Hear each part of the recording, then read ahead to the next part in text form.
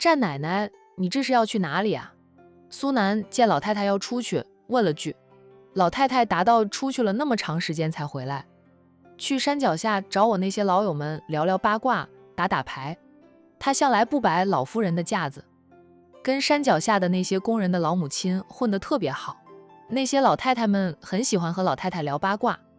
你们聊，我出去了，等会儿吃火锅了，不用叫我回来，让人送些食物到山脚下，去给我和我的老姐妹们吃。我和他们一起吃火锅，最好有点烧烤。海童说道：奶奶，你年纪大了，少吃点烧烤。老太太哦了一声，听你的，你说不吃我就不吃，我叫奶奶不要吃，奶奶就要骂我。彤彤跟奶奶说，奶奶马上就答应了。战印就故意抱怨了一句，说奶奶就是典型的有了孙媳妇，孙子靠边站的。老太太乐呵呵的走了。她就是喜欢孙媳妇呢，咋地的？孙子太多了，不珍贵了。热闹的一天啊，很快过去。那傍晚6点多，天色已经黑了下来。就战家的3位太太带着宁云出门参加宴会。战一晨一直送到了山庄的门口，不停地叮嘱着母亲妈，你看好云初，不要被人欺负她。知道了，谁敢动我的儿媳妇，我第一个就饶不了她。二太太听那句话听得耳朵都起茧了。战一晨还说，要不我跟着去吧，你爸他们都被留在家里了，你跟着干嘛？二太太让司机开车，并按下车窗，探头出去对儿子说道，天黑了又冷，你没事做就去山下把你奶奶提回来，一玩就是一整天，没见过那么喜欢玩。不爱回家的老太太。战一晨哦了一声，目送着几辆车远去。宁云初和婆婆坐着同一辆车，听着丈夫和婆婆的话，她脸上的红云就没有消退过。战一晨那家伙真的让她不知道说什么好，不过被重视的感觉真好。不管是丈夫还是公婆，亦或是婆家的其他人，就都很重视她。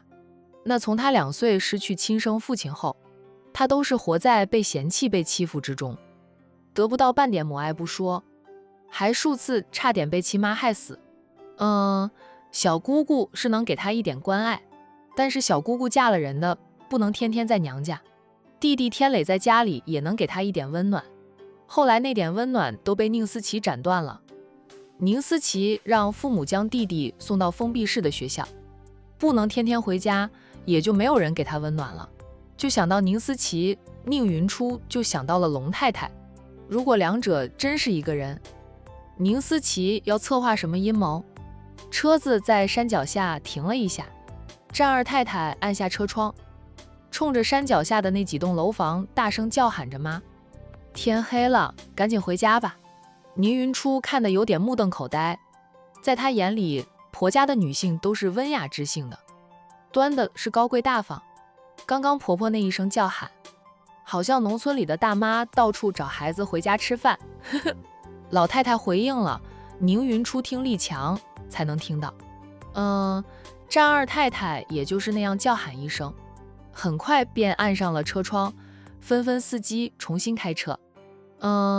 这个老小孩真是小孩子，二太太这嘀咕着。宁云初笑道，奶奶开心就好，她老人家天天都很开心的。她常说，人生就短短几十年，快乐的过好每一天，才不枉来这个世上一趟。二太太很欣赏婆婆对待人生的态度，她当初嫁入战家，既是跟老公情投意合，也是公婆的人品，战家的家风，就让她没有任何的顾忌。事实证明她没有嫁错人，从她嫁入战家开始，几十年了，都没有受过半点委屈。公婆对他们这些儿媳妇比对儿子还好，生了孩子也不用他们操心，公婆亲自培养。战印这一代的9兄弟，除了老九，那8个都是经老太太夫妻俩培养出来的。老九是年纪太小，战爷爷去世时，老九都还是个小娃，不过老九有8个哥哥盯着，也不会差到哪里去。宁云初就说到：“奶奶说的没错，人生充满了风风雨雨的，也有起起落落，只有笑对人生，才能迎来彩虹。”二太太偏头看着儿媳妇半晌，笑着伸手摸了摸云初的脸，就说道：“怪不得奶奶喜欢你啊，都是坚强的，笑对人生风雨的人。今晚举办宴会的那位太太是在自家的大别墅里，战家的3位太太外加一位少奶奶，到了那家大别墅门口，看到了很多车辆缓慢地驶进别墅里去。主人家安排了不少人在指挥大家停好车辆。看到战家太太的车辆了，管家赶紧快步进了主屋。很快啊，便见一个中年女人带着一家人迎了出来。君夜，你们来了啊！中年女人笑着上前几步，握住了唐君夜的手，又和二太太、三太太打招呼，分别拥抱了一下。那看得出来，她跟战家的3位太太很熟悉。等几位太太相互打过招呼后，那位太太示意自己的家人向战家的3位太太问好。杨晶，我给你介绍一个人。二太太笑着对那个中年女人说道。杨晶的注意力都在战家的3位太太身上，没有留意到安静地站在二太太身旁的宁云初。在二太太拉住宁云初的手时，杨晶才发现她含笑打量着宁云初，笑道：“不用你介绍，我知道这是你的长媳妇，宁家的大小姐。哇，是个很标致的人啊，你太有福气了。”二太太笑道：“你认识我家云初，那我就不介绍了。云初，这位是文太太。”宁云初礼貌地向文太太问好。文太太看着她的眼睛，夸赞着：“好漂亮的大眼睛，听说战家二少奶奶的眼睛治好了，眼前的一切都能看清楚。”今晚看到宁云初，文太太相信传言是真的，心里觉得宁云初太幸运，是个瞎子时都能被战义臣爱上，又因为战义臣求得君家4少奶奶出手医治他的眼睛，才让他重见光明的。宁大小姐过去过的什么日子，他们这些太太多少也听说过的。宁大小姐大难不死，必有后福。嫁入战家当少奶奶，以后有婆家人宠着她，不就是后福了呀？谢谢文太太。宁云初道谢。杨晶对战二太太说道：“你这个儿媳妇说话的声音也很好听，我听着就觉得好舒服。你们妯娌3人都开心了。有了儿媳妇，我呀，儿媳妇还没有，女婿也没有。”文太太说着，扭头看一下自己的2儿1女。小儿子才20出头，可以撇开不管，但是长子和女儿都到了适婚年龄，至今未娶未嫁。那文太太的女儿文若曦正是商小飞的好闺蜜。文太太八面玲珑，不仅与商太太合得来，与战家的太太们也好得很，又两边都不得罪人。文若曦曾经恋爱过啊，她隐瞒了身份谈过恋爱，结果她的男友为了少奋斗30年，另攀高枝了，却不知道遭到她抛弃的。文若曦才是能让她少奋斗30年的主啊。文若曦失恋那段时间，那商小飞还经常陪伴好闺蜜呢。海彤和小军等人通过商小飞见过文若曦，就是交集的次数少，始终都不太熟。那文家办宴会，商小飞自然在受邀之列。不过商小飞陪着君然回了风尘山庄，今晚就不过来了。已经走出了失恋痛苦的文若曦看着宁云初，无奈地笑着。文家大少爷则是神色自若，保持着绅士风度。对于母亲的话，左边耳入，右边耳出。走进屋里说吧。若曦，你陪二少奶奶。杨晶笑着请几位太太进屋，吩咐女儿陪着宁云初。文家的2位少爷跟着走了一段路，舅舅跟着父亲去招呼其他客人了。文若曦与宁云初肩并肩，慢慢地走着。他听说宁云初虽然重见光明了，但是视力还没有完全恢复正常，只能看清楚眼前，远处还看不清楚，就跟近视的人一样。文小姐，我走路是没有问题的。宁云初知道文若曦走得那么慢的原因，他温声说到眼前几米远，我都能看清楚。远一点还看不清楚吗？看得模模糊糊的，不过越来越好了。程医生说还在恢复期，能恢复到正常视力的。他都还在吃药，治眼睛的药停了之后，就开始吃调理身体的药。调好身体，他就能要个他和。战奕晨的爱情结晶了，以前从来没有想过自己以后会当妈。那因为亲妈对他的冷狠无情，让宁云初很排斥嫁人生娃。认识战奕晨后，与他相知相爱，走到今天，宁云初的想法完全变了。他想生娃，想有一个夫妻俩的爱情结晶。他保证他会成为一个合格的妈妈，不会像他那个妈那样。那就好，你的眼睛真的很漂亮呢。云初浅笑着，文小姐的眼睛也很漂亮，头发更漂亮。我和小飞是好闺蜜，你和海童是好友又是妯娌，咱们就有七拐八拐的关系了，就叫我若曦吧。云初依旧浅笑，好。文若曦觉得宁云初温婉又不失大方，说话轻声细气的，模样又精致，让人看了就想好好的保护她，呵护她。云初，你好温柔啊。宁云初笑笑，别人在背后说我扮猪吃老虎，无害的外表藏着一颗毒辣的心。你哪里毒辣了？是他们先对不起你的，你不过是反抗了，不过是拿回了属于自己的东西，替你亲爸讨了公道，那是为人子女该做的事，怎么就成了毒辣？你别听那些人胡说八道，他们就是看不得你好，就是嫉妒你嫁入了战家。我不在乎他们说什么。宁云初轻笑着，从来都不在乎，他早就练成了铜墙铁壁，一点流言蜚语压根儿就伤不了他。两个大姑姑还有宁思琪，千方百计想去战家破坏他的名声，都失败告终。唯一的软肋无条件地站在他身边，永远相信他，还有什么能伤到他的？就是不用在乎他们说什么。以前不也很多人说小飞的坏话，就说小飞这里不好那里不好的。你跟小飞熟悉了以后，那觉得小飞好不好？所以不用在乎别人说什么，他们都是嫉妒。宁云初说到是啊，他们就是嫉妒。小飞是被黑得最惨的一个，亏得商小飞性子开朗，不在乎别人说他什么，他依旧我行我素的。别人无非是嫉妒他有足够的底气去追求战印。未婚的战印是很多女人的梦中情郎，但他们没有底气去追求战印。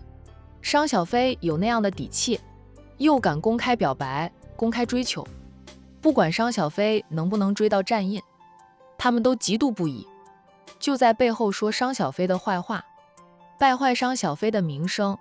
战印和海童的夫妻关系公布后，不知道多少人在背后嘲笑商小飞呢，还盼着商小飞和海童反目成仇。可惜啊，他们又一次失望了。商小飞就潇洒得很，拿得起放得下。知道战印已婚，立即挥剑断情丝，如今也找到了属于他的幸福，转身就能嫁入 A 市的名门望族君家。就军人的优秀，管成商界的人也知道，那对此又是一波羡慕嫉妒恨。小姐，身后传来了佣人的叫喊声。文若曦和宁云初都停了下来。什么事？文若曦问着。佣人走过来，先是向宁云初点了点头，然后恭敬地回应着文若曦小姐。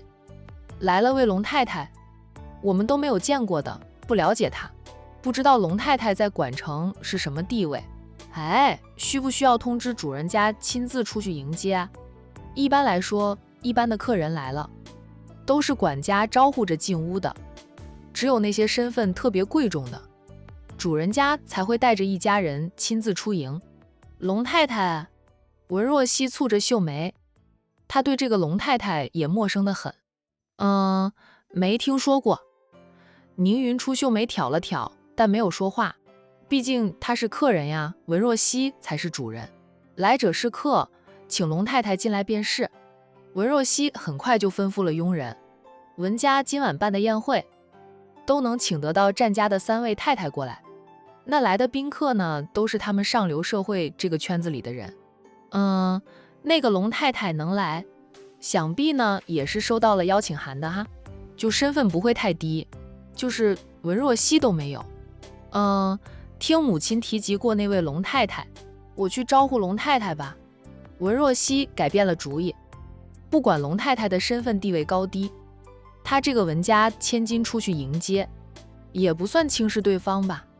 文若曦歉意地对宁云初说道：“云初，我让人带你进去，我去招呼一下龙太太。”宁云初看一下前方，婆婆他们已经被文太太迎进了华丽的主屋，周围的人她也不熟悉，便对文若曦说道：“若曦，你不介意我跟着你一起去招呼龙太太吧？我认识的人很少。”她补了一句。文若曦笑着：“也行啊，走吧，我们去看看那个龙太太长什么样的。我都没有听说过这个龙太太，管城上流社会里真没有听说过姓龙的，就是那些太太们也没有听说姓龙的。那文若曦是真的挺好奇的。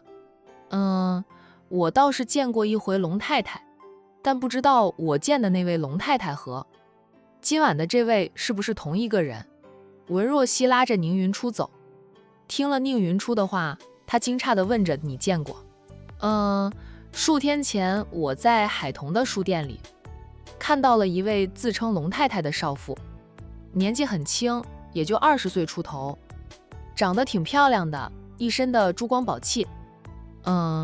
她就去海童的书店里买资料，说是帮她上初中的小叔子买的资料。文若曦其他的没有听进去，龙太太的年纪她听进去了，惊叹了一声，说到20岁出头就嫁了人，是不是刚大学毕业就嫁了，年轻了点啊？我看她都没有大学毕业，顶多21岁。宁思琪就没有大学毕业，她读书的成绩没有宁天磊那么好，勉强上了个2本，没有读完就不想去了。父母宠着她，又觉得家底好，就算她没有很好的学历，也不用愁吃穿，就便不管她。要是父母坚持要她念完大学，她也不会和海童等人结下梁子，不会有今天这样的结果。当然，宁思琪要不是进去了，云初想扳倒养父和亲妈，替亲爸报仇，需要很长时间啊。文若曦说到：“招呼他后，咱们离他远一点。”宁云初不解，为什么？若曦也知道他的人品不好。不是，我都没有见过他，也不知道有这么一个人，哪知道他人品如何呀？是他这么早就嫁作他人妇，我现在的年纪用四舍五入法就是30岁了，还没有嫁出去呢，跟他在一起，我妈不催死我才怪呢。文若曦撇撇嘴，说道：“又不是我不想嫁，我受过情伤吗？好不容易走出来了，就不着急找了，慢慢找。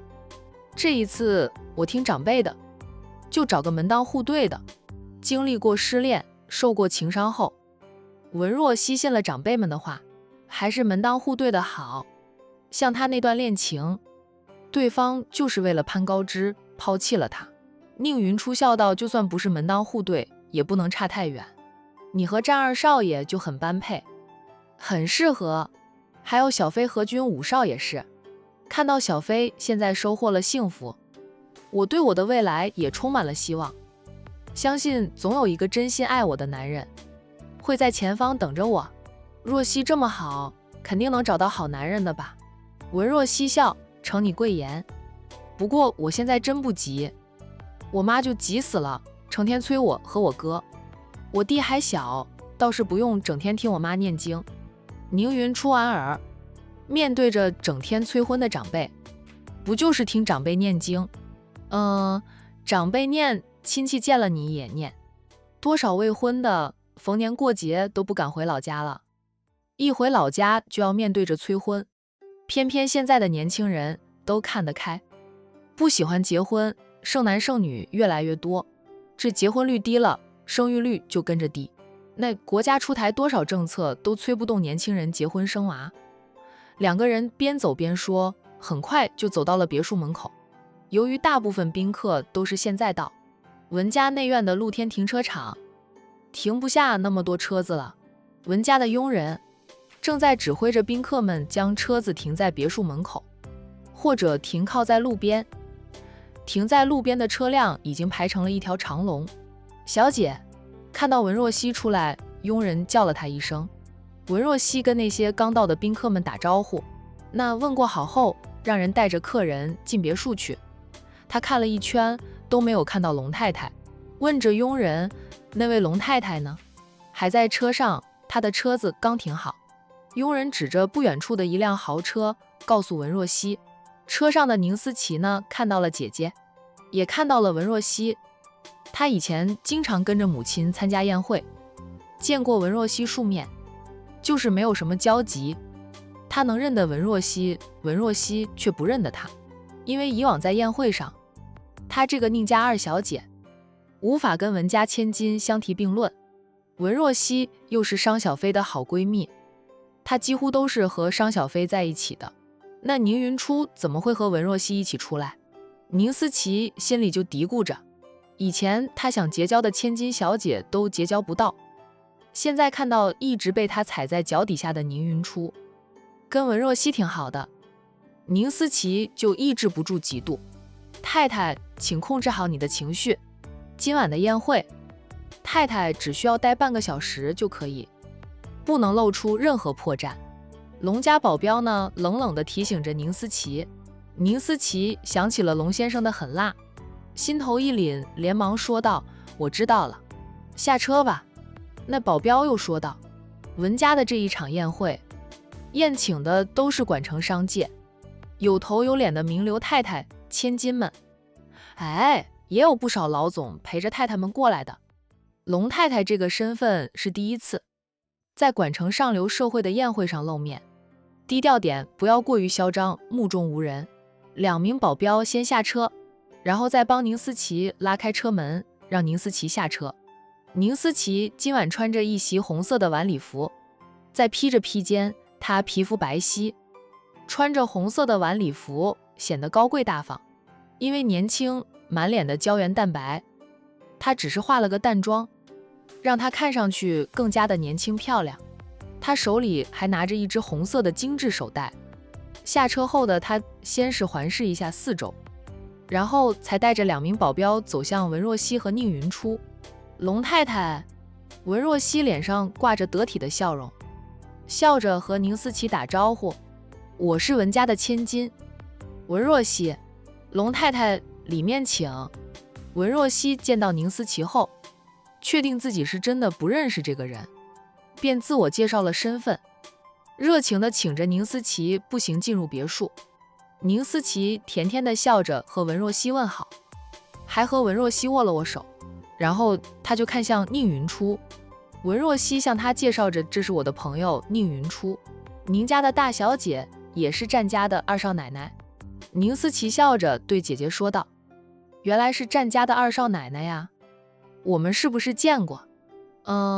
上次在书店里啊，好像见过吧？”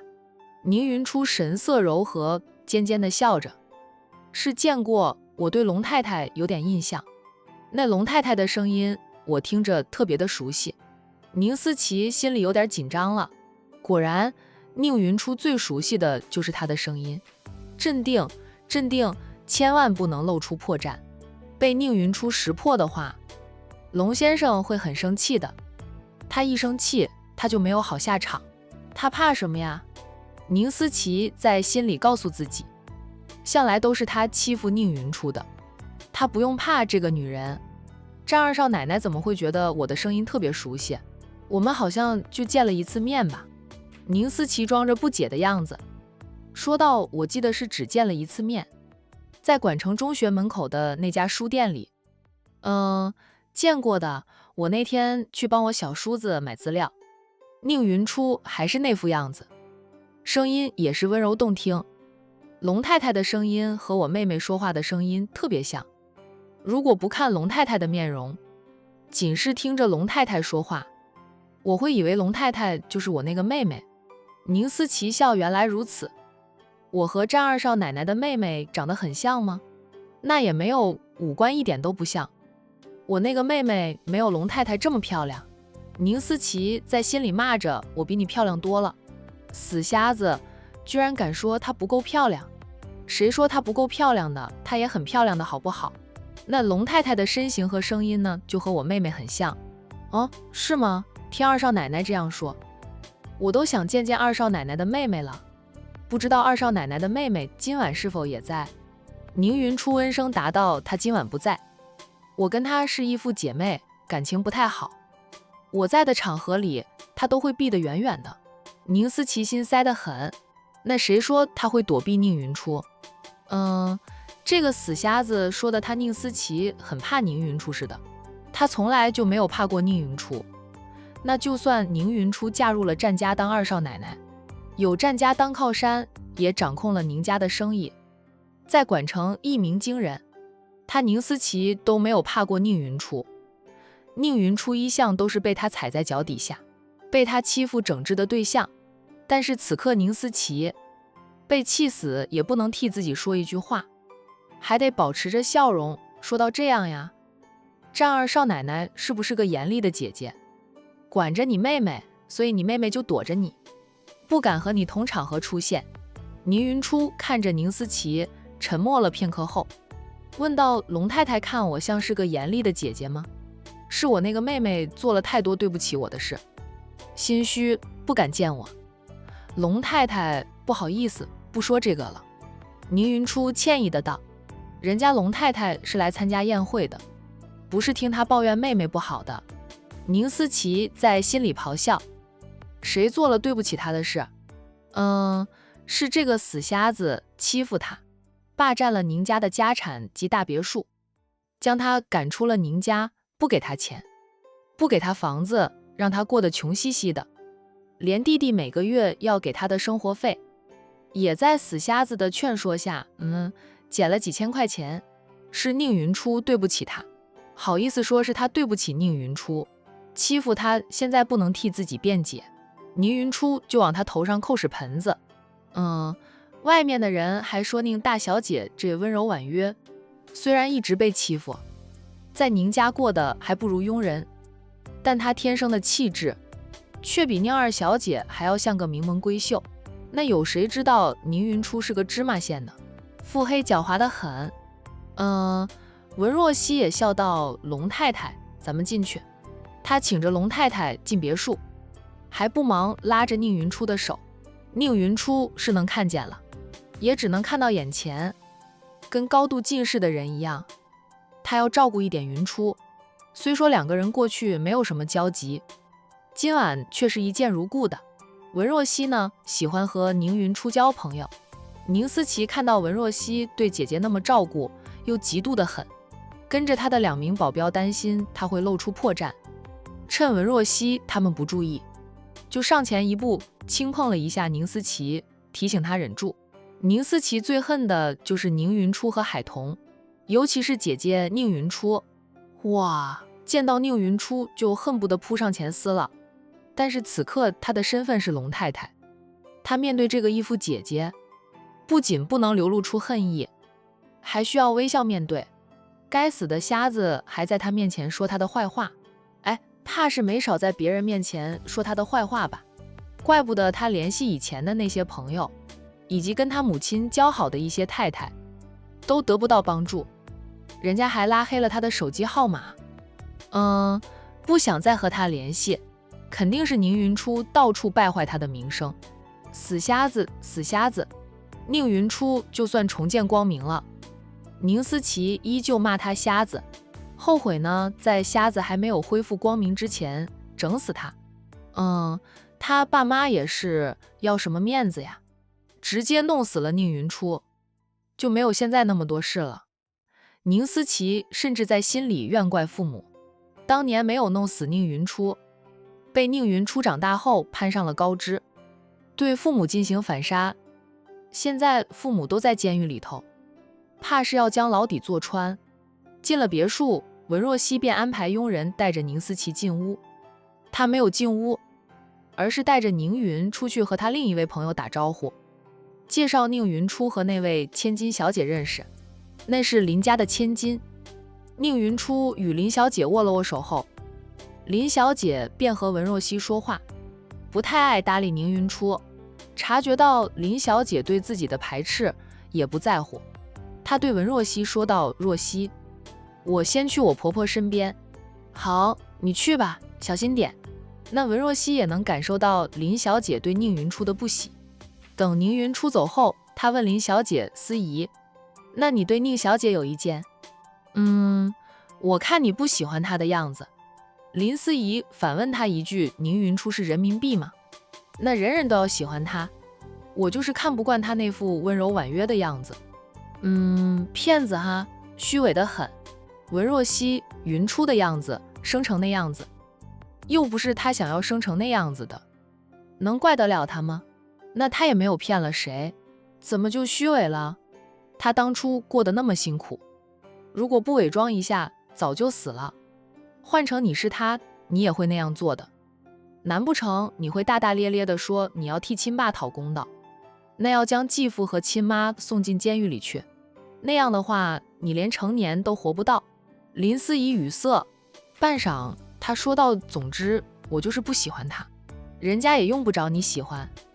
我是跟你还算聊得来，才会介绍你们俩认识。既然你这般高高在上的，瞧不起人家，那就算了，也当我是好心着雷劈。”说完呢，文若曦转身就走。她和林思怡也算是认识了好几年的。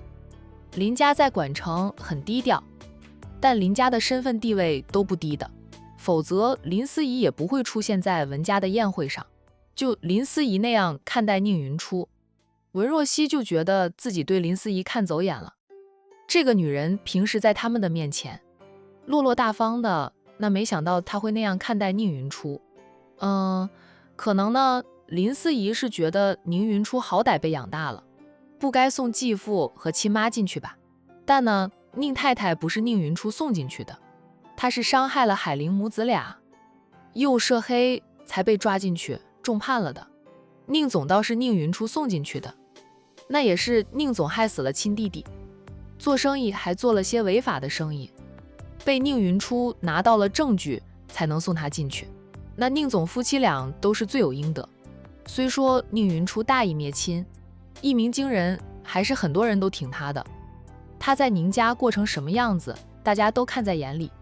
是有人说宁云初心狠无情，白眼狼说他不该告宁总，说宁总既是他继父，又是他亲大伯，好歹养大了他，他却那样回报宁总，就是白眼狼。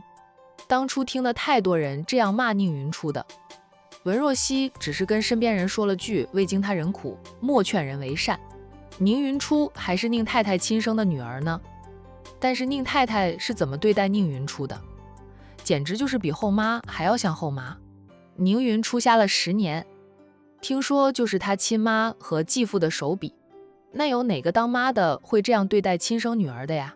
恨不得女儿去死的。听说当年若不是宁云初远嫁的那个小姑姑回娘家，发现了宁云初出事，坚持送去医院抢救，宁云初就不仅仅是瞎一双眼，而是命赴黄泉了。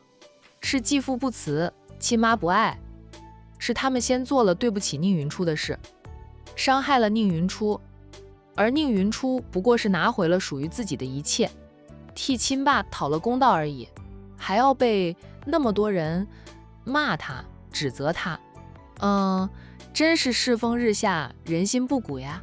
若曦，林思怡伸手就拉住了文若曦，她不开心地说道：“若曦，你这是为了宁云初那个瞎子，就不想和我来往了吗？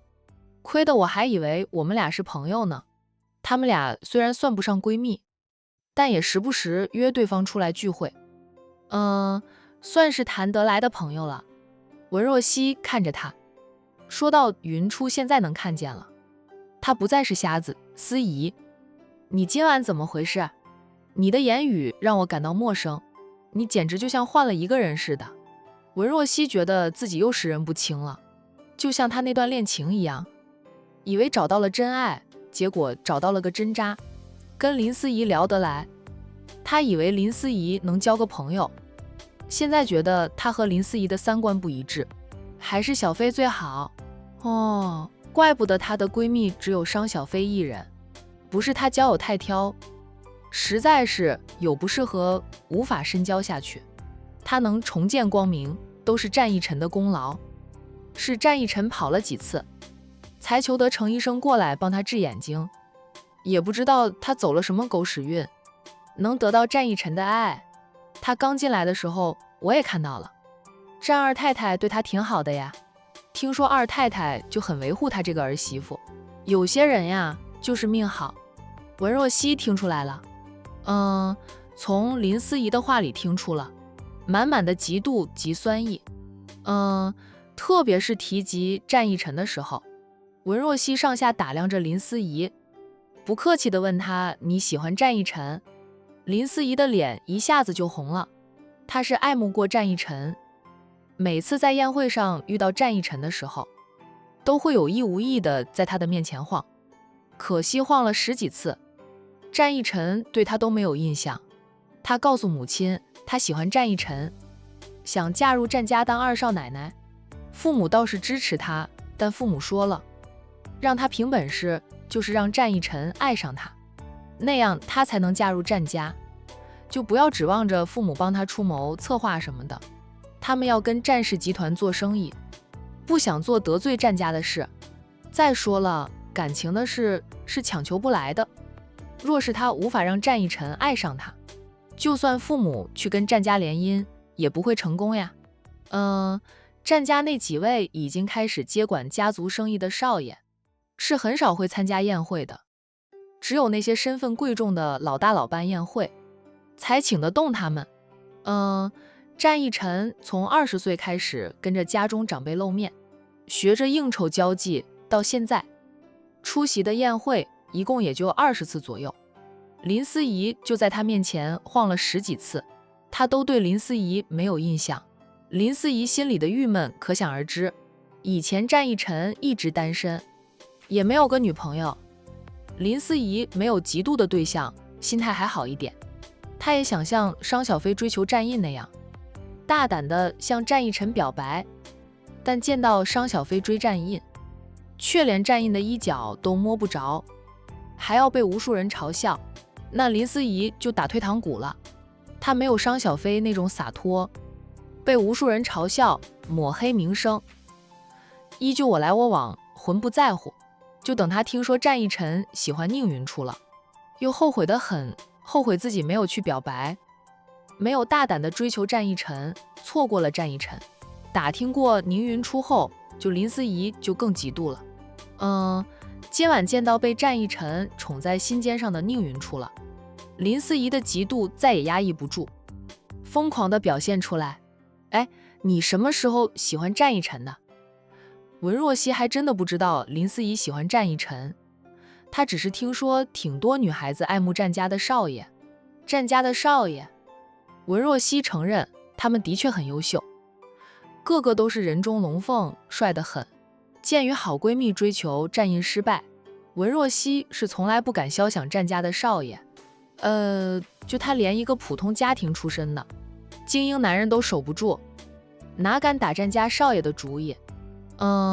他哥说他只适合找那种很干净很纯粹的男人，